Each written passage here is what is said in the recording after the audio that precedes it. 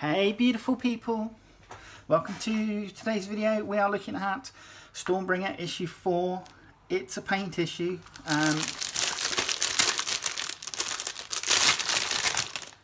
Crack it open. Let's do that. Get rid of that. We'll look at these momentarily. And a brush. Let's have a look at the magazine. Right, so your first paints, learn to paint your models, more combat rules. Skyheld. Hidden deep in the mountains of Ram Hut's spine is a place of wonder, terror and ancient secrets. This is Skyheld, a colossal, once lost library of the ancient Draconith that is now a sprawling city to many scholars and pioneers.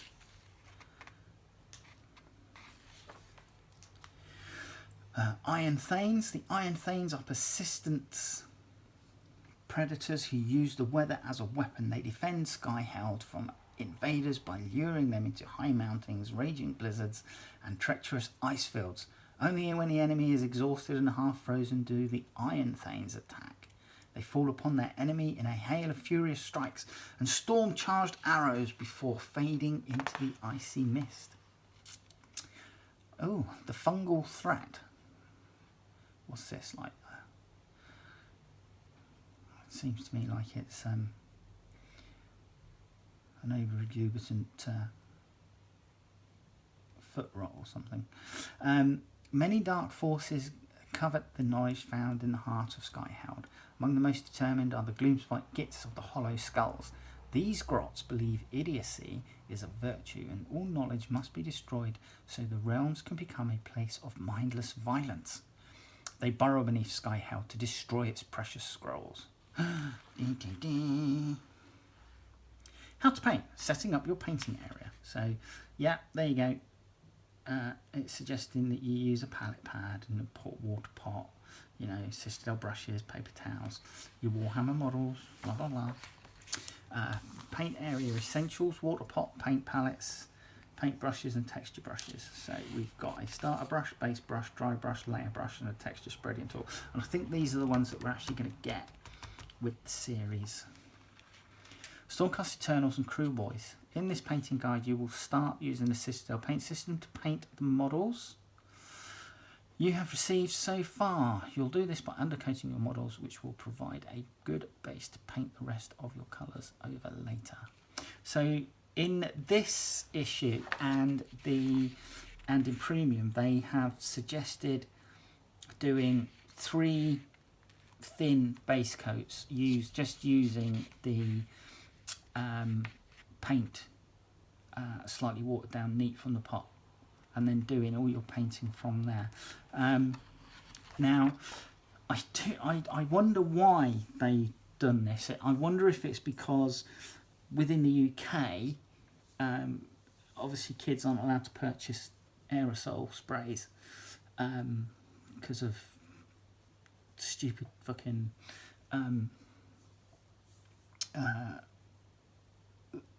public order laws and things like that, which restrict the sales of certain things. So it's basically to stop them from spray painting graffiti. Not that that works. So yeah, because I know that when they did the Strategy Battle Games in Middle Earth series, they actually suggested undercoating, and that was only at the start of the 2000s, maybe 2002, 2003 that started off. So yeah, it's interesting to say the least, but there you go. So anywho, how to paint, introduction to base coating. So you've got your lead belcher and your Cantor blue that we're going to be using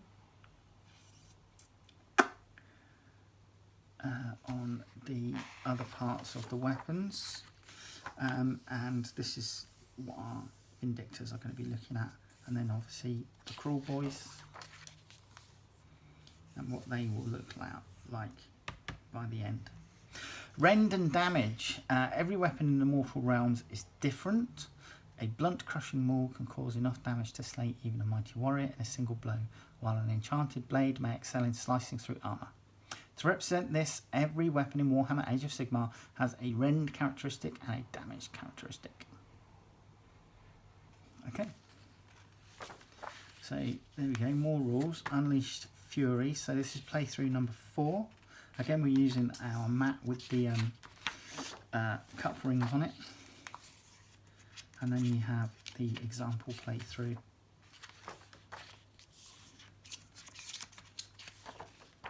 So there you go. Cruel Boys victory, Stormcast victory, or it's a draw. It's a knockout. And then, so issue 5 and issue 6, we are going to get the, as we already know, we're going to get the Praetor, but we're going to get some Hoggrot Slitters. Who comes up with these names? Okay. Right, come down. Let's have a look at some paint. Here we go. So we get 4 paints this issue and a starter brush. The starter brush, it is what it is. Apologies for that. I ran out of memory space, so my fault. Anyway, as I was saying, there's actually not a bad tip on this brush. But having said that, they all start out reasonably well, these starter brushes, and then yeah, they just go to ratchet basically.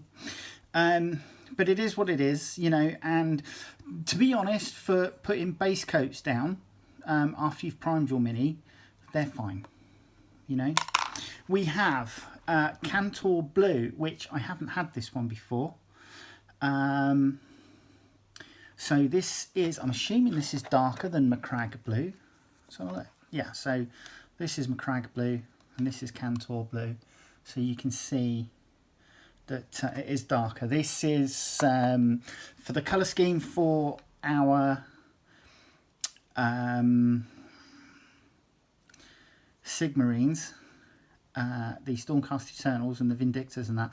This is kind of like the spot colour that goes on the shoulder pads and the shields and stuff like that. We have Lead Belcher. Now, Lead Belcher again is another spot colour for things like the Vindictors. Now, I've started painting these Vindictors. So, the spears, I'm painting Lead Belcher, and then the scale mail skirts that they have, I'm painting with Lead Belcher. That's kind of my colour scheme.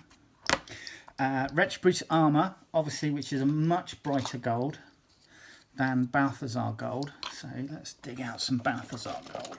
So Balthazar gold and Retributor armour, as you can see, big difference.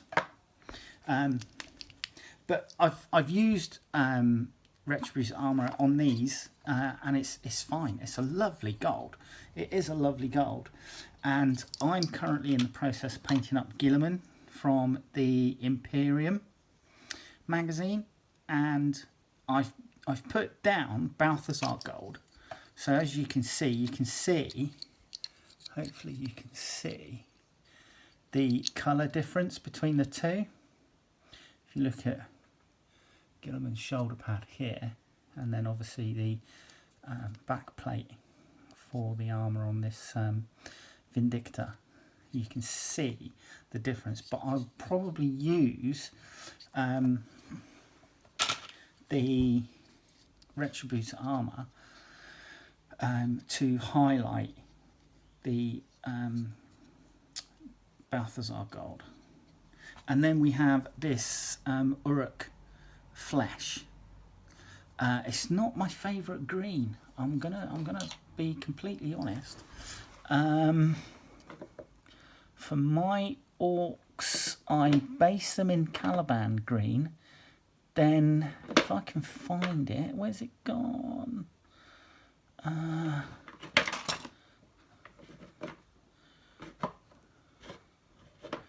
can't find it. I can't see it. I've got an orc flesh that I use. Or war flesh, or whatever it is. that I use for my greens. Don't know where it's gone now. Bugger. Anyhow, I prefer my orcs a bit darker, but they seem to be going with this quite a snotty Uruk flesh green. There you go, those are the 4 paints that you get with this issue, as well as a base brush, so it's a reasonably good value issue. I know for those people that don't like paint issues, you're probably still going to complain, but as I said throughout Imperium, even if they go down to 2, as far as I'm concerned, I'm still quids in, because you know, for me to go into town and pick up 2 paints, it's going to cost me £3.50 bus fare, and then, you know, the cost of the paints. So to me, it's, you know, you get your paints and you get the magazine, so it's not just the value of the paints that I go for. But there you go. Hopefully you'll join me in the next video, and I will see you soon. All right, take care. Bye bye.